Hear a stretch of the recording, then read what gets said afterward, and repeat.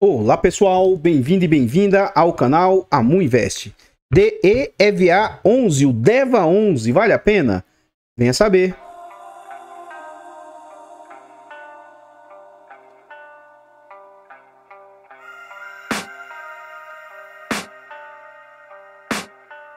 Então pessoal, este é um fundo imobiliário do setor de recebíveis, ele é um fundo imobiliário de papel.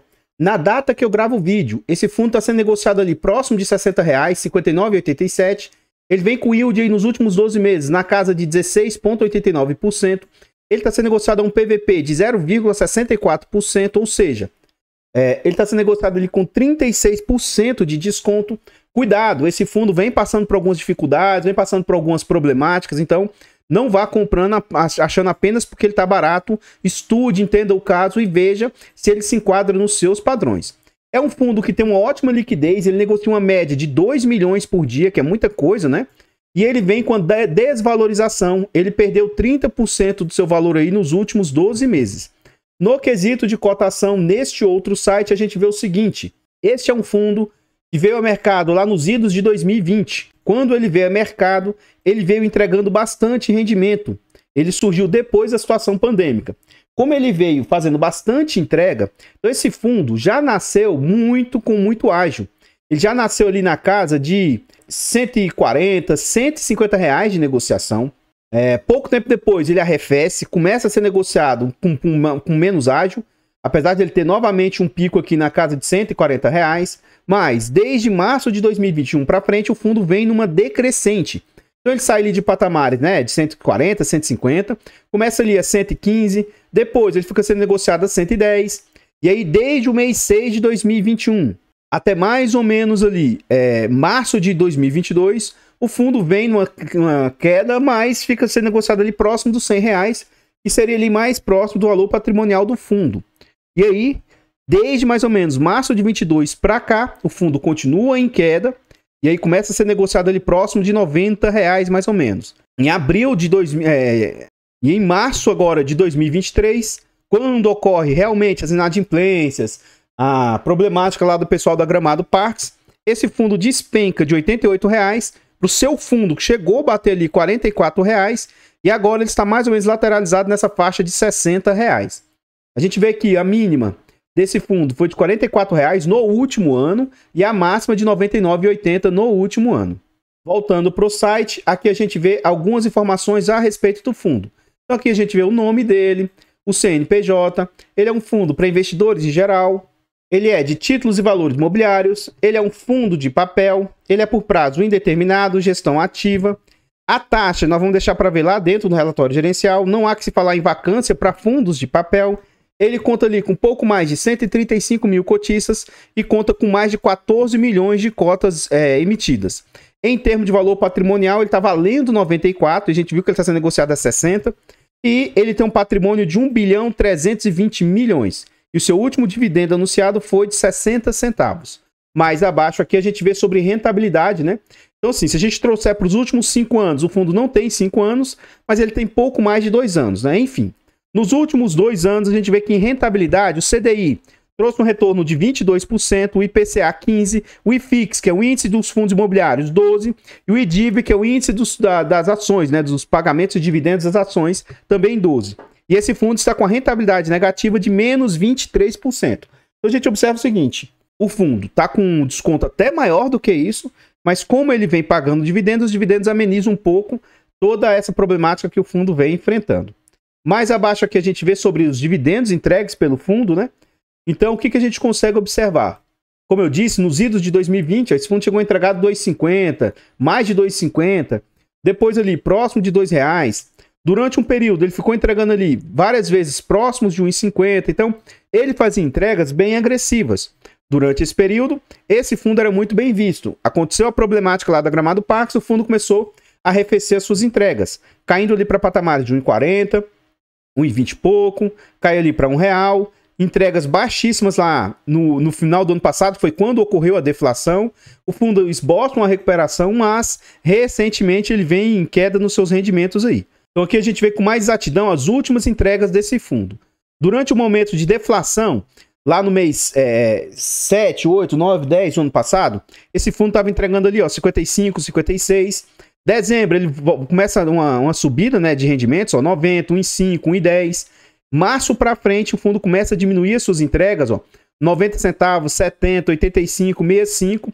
E no dia 7 do 7, ele pagou no dia 14 do 7, 60 centavos. Mais abaixo aqui a gente vê sobre a rentabilidade média do fundo, né? Então, lógico que esse yield aqui é para quem tinha a cota naquele momento da compra. Então, ele já chegou a entregar 2%, 1,07%, 1,30%. A gente vê que durante um período ali, mais ou menos na faixa de 1,40%, 1,60%. Mas agora, mais recentemente, ó, 1,15%, 1,20%, um pico de 1,60%. E agora, esses últimos entregas ali, ele está próximo de 1%. Tendo em vista o risco do fundo, atualmente não é um bom yield, né? Para quem tem, cuidado, não saia vendendo desesperado, mas para quem tem intenção de se posicionar, primeiro estude um pouco antes de você fazer a sua tomada de decisão. Então, pessoal, antes a gente continuar vendo mais a respeito desse fundo imobiliário, eu trago aqui para vocês forma de apoio financeiro ao nosso trabalho. Vocês gostam do que a gente faz? Considere fazer uma doação para o Pix do canal de qualquer valor. O Pix, amuinvest@gmail.com. Qualquer doação é muito bem-vinda. Outra forma de apoiar o nosso trabalho, nós contamos com um clube de membros. No canal Amu Invest e no canal Amu Fiagro, ambos canais contam com um clube de membros. Além de ajudar bastante o canal, vocês ainda têm vários benefícios. Acesso antecipado a vídeos, esse vídeo está sendo gravado com quase uma semana de antecedência. Vocês têm preferência quando pedem um vídeo e ainda participam do nosso grupo fechado do Telegram. E agora, mais uma novidade, quem é membro vai ter um desconto muito bom para aquisição da planilha aqui do canal. Então, a planilha ficou pronta, é mais uma forma de apoio financeiro. Vocês podem adquirir aí os e-books do canal, Introdução aos Fundos Imobiliários, Introdução aos Fiagros, e também vocês podem adquirir a planilha. Essa planilha é bem completinha, veja os vídeos do canal aí, ó, rumo aos 50 mil, e nela eu mostro sobre a planilha que a gente possui aí. Caso vocês queiram adquirir essa planilha, além dela ser muito vantajosa para vocês, vai ser uma grande ajuda para a gente. Novamente, né, tem uns e-books também que, se vocês quiserem comprar, vai nos ajudar imensamente. Eu não poderia deixar de agradecer os membros do canal. Então, no canal Amu Invest, esse Print Express foi o último membro. O Mauro, Jean, são membros muito antigos também no canal. E lá no canal Amu Fiagro, o Antônio, o EF Barros e o Giovanni são todos membros do canal. Muito obrigado a todos vocês que são membros. Saibam que os membros carregam o canal nas costas. Vocês são imprescindíveis para a gente continuar fazendo o nosso trabalho. Muito obrigado mesmo. Aqui agora nós já estamos dentro do relatório gerencial da Deva, né? Eu vou dar um zoom aqui, depois eu diminuo um pouco. Então, ele traz alguns destaques. 65 centavos, o último rendimento, né? 1% de yield. Isso representa 88% do CDI, é algo ruim atualmente, né? 13% de yield nos últimos 12 meses. O duration média da carteira, 1,9 anos. 99% da carteira tem proteção contra deflação. A inflação, mais 10 da carteira aí, o que ele tem dos seus ativos.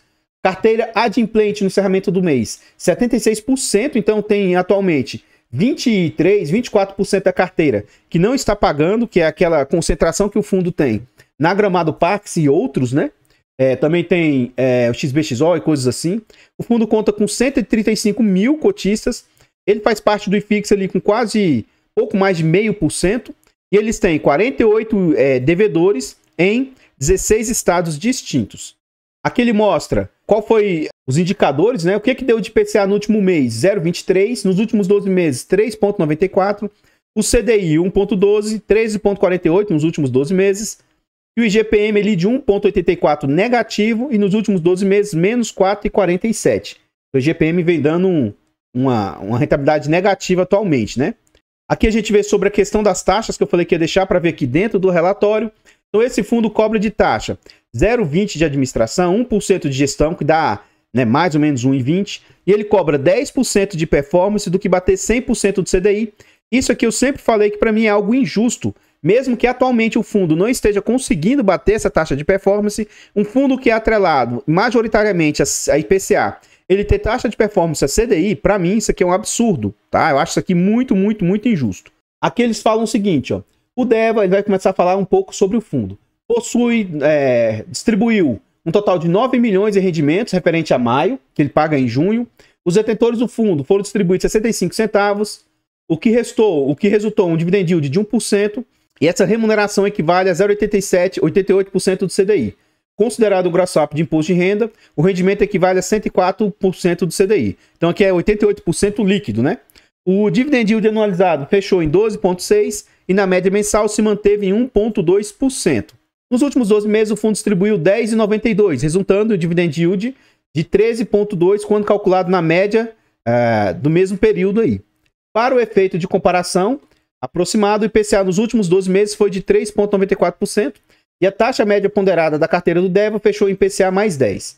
Aqui ele continua que essa apuração dos rendimentos leva em consideração a quantidade de dias úteis no mês. Em maio houve 22 dias úteis. Em junho também haverá 22 dias úteis. Para o próximo rendimento serão considerados o IPCA de abril e de maio. Então, por isso que tem uma pequena queda, né? Porque a gente viu que o relatório tem uma certa defasagem. Então, tem uma pequena queda aqui. O rendimento caiu um pouco do rendimento distribuído. O IPCA de maio fechou abaixo do esperado, o que reforçou expectativas para o início da redução da Selic até o final de 2023. Ainda que exista uma preocupação dos investidores por uma possível redução no patamar dos rendimentos distribuídos. É importante reforçar que o controle da inflação e redução da taxa de juros é muito positiva, principalmente para a economia. E isso traz como consequência a diminuição dos riscos também aqui dos ativos do fundo e também da inadimplência. Dessa forma, a relação de risco-retorno do fundo mantém-se balanceada. Continuando aqui, ele fala que a distribuição mensal foi afetada pela inadimplência ocorrida no período. Reforçamos que continuamos a tentar, né, os melhores esforços para a regularização de todas as pendências perante as empresas devedoras. Continuando aqui agora a gente vê a DRE do fundo, né? Eu vou deixar no zoom aqui mesmo e vamos dar uma observada o que o fundo vem fazendo de receita. Deixa eu diminuir só um pouco o zoom aqui. Por que eu quero mostrar isso aqui para vocês? Esse fundo estava receitando lá em novembro de 2022 quase 14 milhões, 13 milhões e meio. E nesse momento aqui estava tendo deflação, né? Depois começa meio que a normalização do fundo, ó, 17 milhões. E aí fevereiro caiu para 14, março 10, abril 12, maio 10. Aqui já sobre o impacto das inadimplências, né? E o total distribuído aqui a gente vê o seguinte, ó, 9, 11, 9, 12. A gente vê que realmente a diminuição do que foi distribuído deu uma queda. Então vamos entender aqui o que foi que gerou esses recursos agora no último mês, maio. Em maio o fundo receitou um total de 10 milhões, 4 milhões veio de juros, mais 4 milhões de correção monetária. Note que já chegou momentos em que a correção monetária chegava a ser maior até do que os juros do fundo, né? Mas já também chegou a ser momentos bem pouco aqui no momento da deflação aí do fundo. Enfim, ele teve mais 500 mil do dinheiro parado em caixa, mais 500 mil de FIIs. Ele teve como despesas, aqui ele não faz um destrinchamento das despesas, nós vamos considerar como se tudo fosse para o bolso da gestão. Eles tiveram ali quase 900 mil de despesas ali. Então, sobrou ali 9 milhões para o fundo.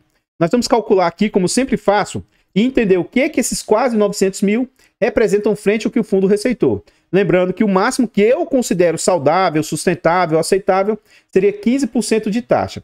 Então vamos lá, 898, que eu vou arredondar para 899 vezes 100, dividido por 10, 0,28. Então em maio as despesas do fundo estão quase em 9%, é uma taxa ali até aceitável, né? Continuando aqui no relatório, ele vai falar sobre composição de rendimentos, como é que funciona, eu não costumo comentar sobre isso. O dividend yield dos últimos 12 meses, na média 1,20, mas teve bastante oscilação, né? Até por se tratar de um ativo de renda variável. E aqui a gente vê o portfólio do fundo. Eles passaram a trazer aqui esses status, como é que os fundos estão. Verde está em dia, amarelo está em carência, vermelho inadimplência. Então, se você tiver aí no seu computador, você pode clicar aqui que você vai ter as informações em planilha. Então, o que a gente consegue observar aqui? Ó? Vamos lá. Um ativo que ele tem alta exposição, Xemin. Esse está ok, é 6% do portfólio ali, quase 7%.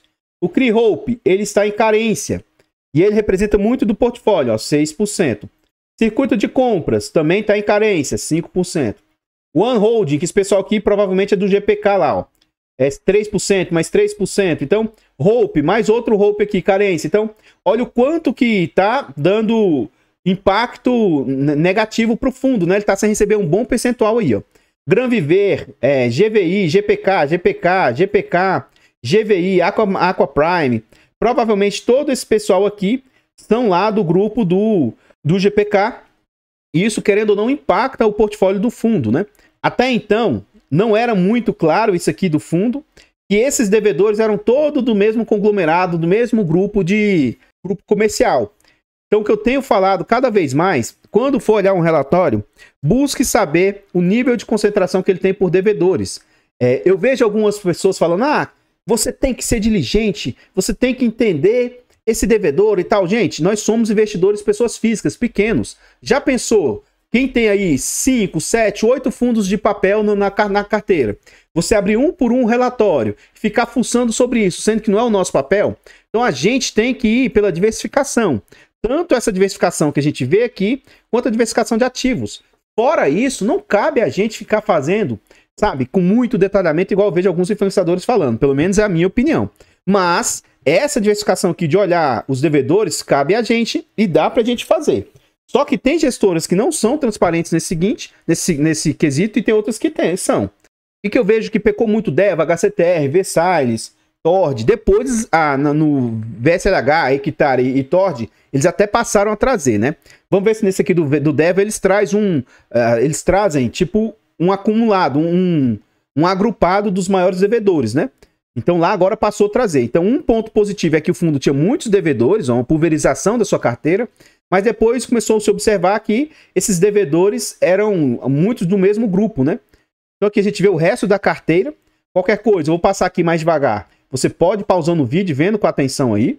Não vou comentar um por um sobre a carteira do fundo, mas lá na frente eu vou deixar minha informação, né, minha opinião a respeito do que eu acho sobre esse fundo recuperar ou não, que eu tenho recebido muito essa dúvida nos comentários aí.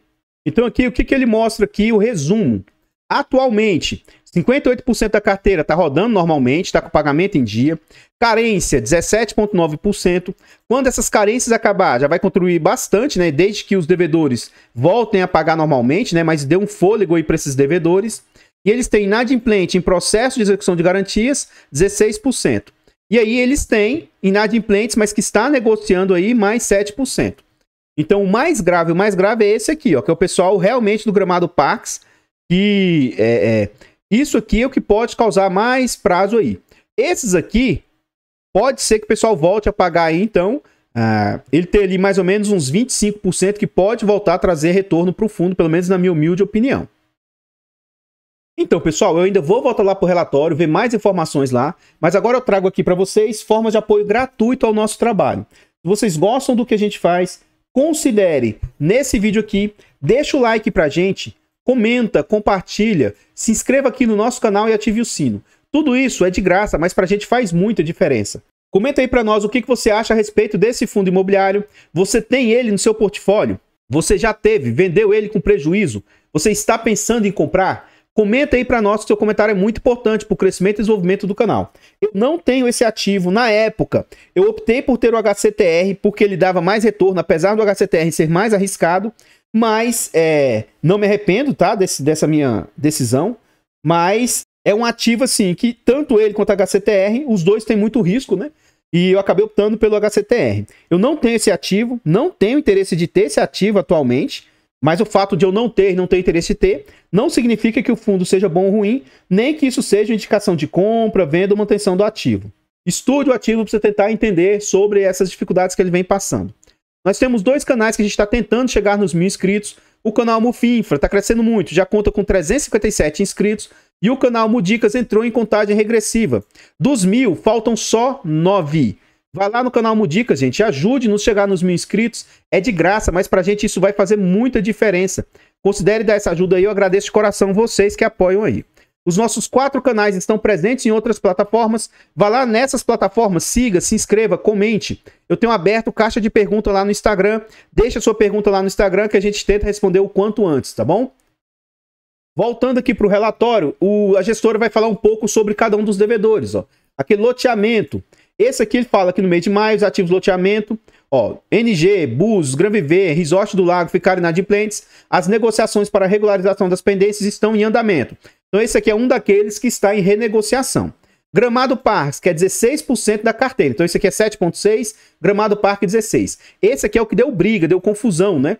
Então, tanto DEVA, HCTR também eram sócios dessa Gramado Parques também. Eles tinham sociedade em alguns ativos.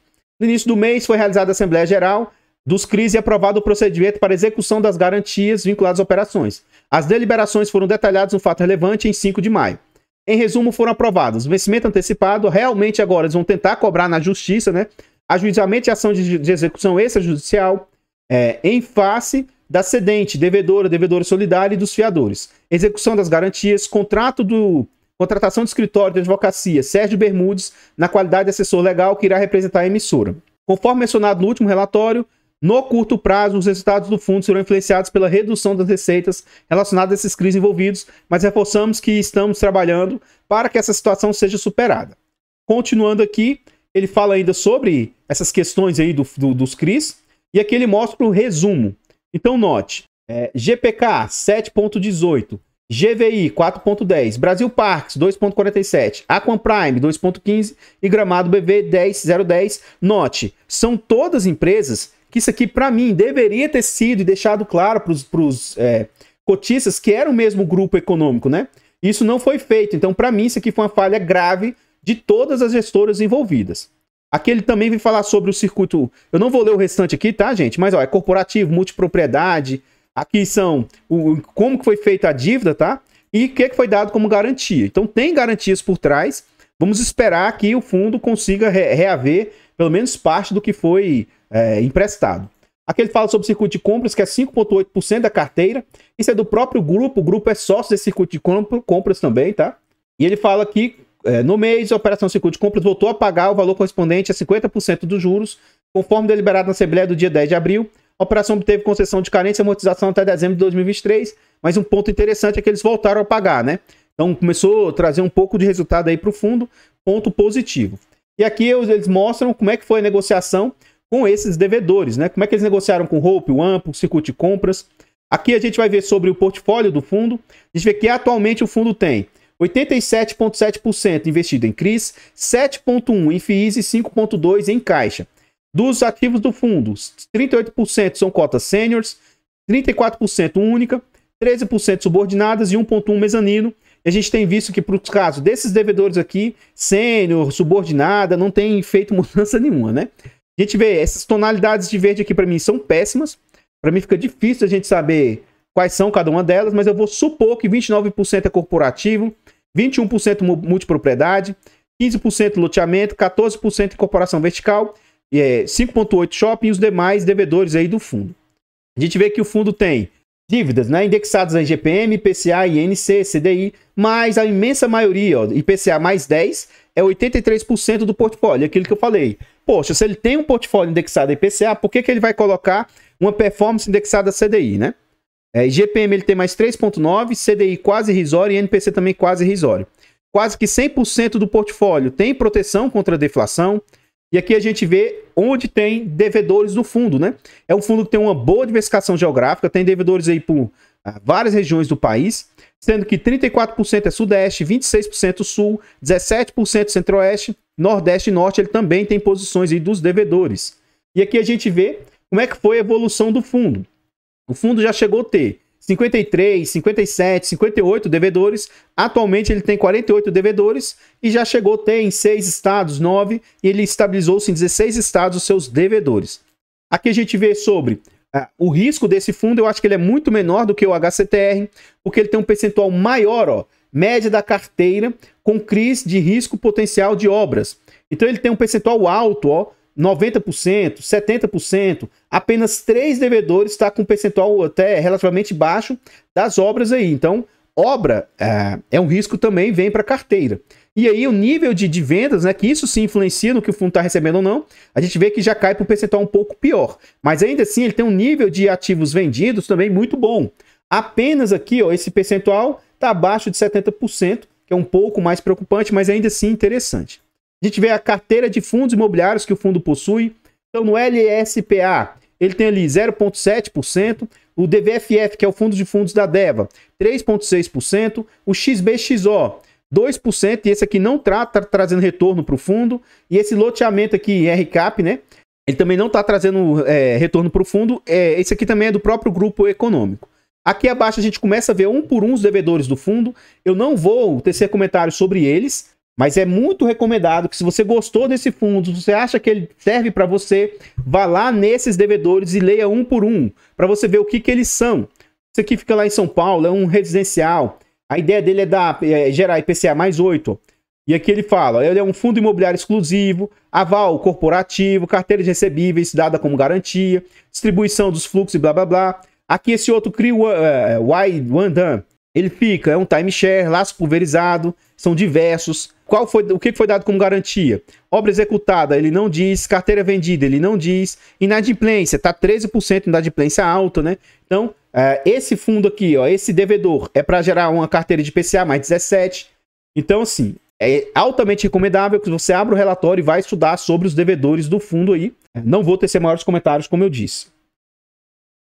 Então, pessoal, o que eu tinha para trazer a respeito do DEVA11 são somente essas informações. Eu gostaria aqui de reiterar e agradecer novamente todo o apoio que vocês dão. Obrigado vocês que apoiam gratuitamente o nosso trabalho e obrigado vocês que apoiam financeiramente o nosso trabalho. Vocês que têm feito doação para o Pix do canal, vocês aí que se tornam membros, os membros carregam o canal nas costas e obrigado vocês que já adquiriram ou que adquirem a planilha do canal. Obrigado vocês também que adquiriram os e-books do canal. Muito, muito obrigado de coração. Saiba que todos esses apoios aí são de primordial importância para a gente continuar fazendo o nosso trabalho. Eu vou ficando por aqui e eu espero encontrá-los nos próximos vídeos. Fiquem todos com Deus, tenham um bom dia, uma boa tarde, uma boa noite e... fui!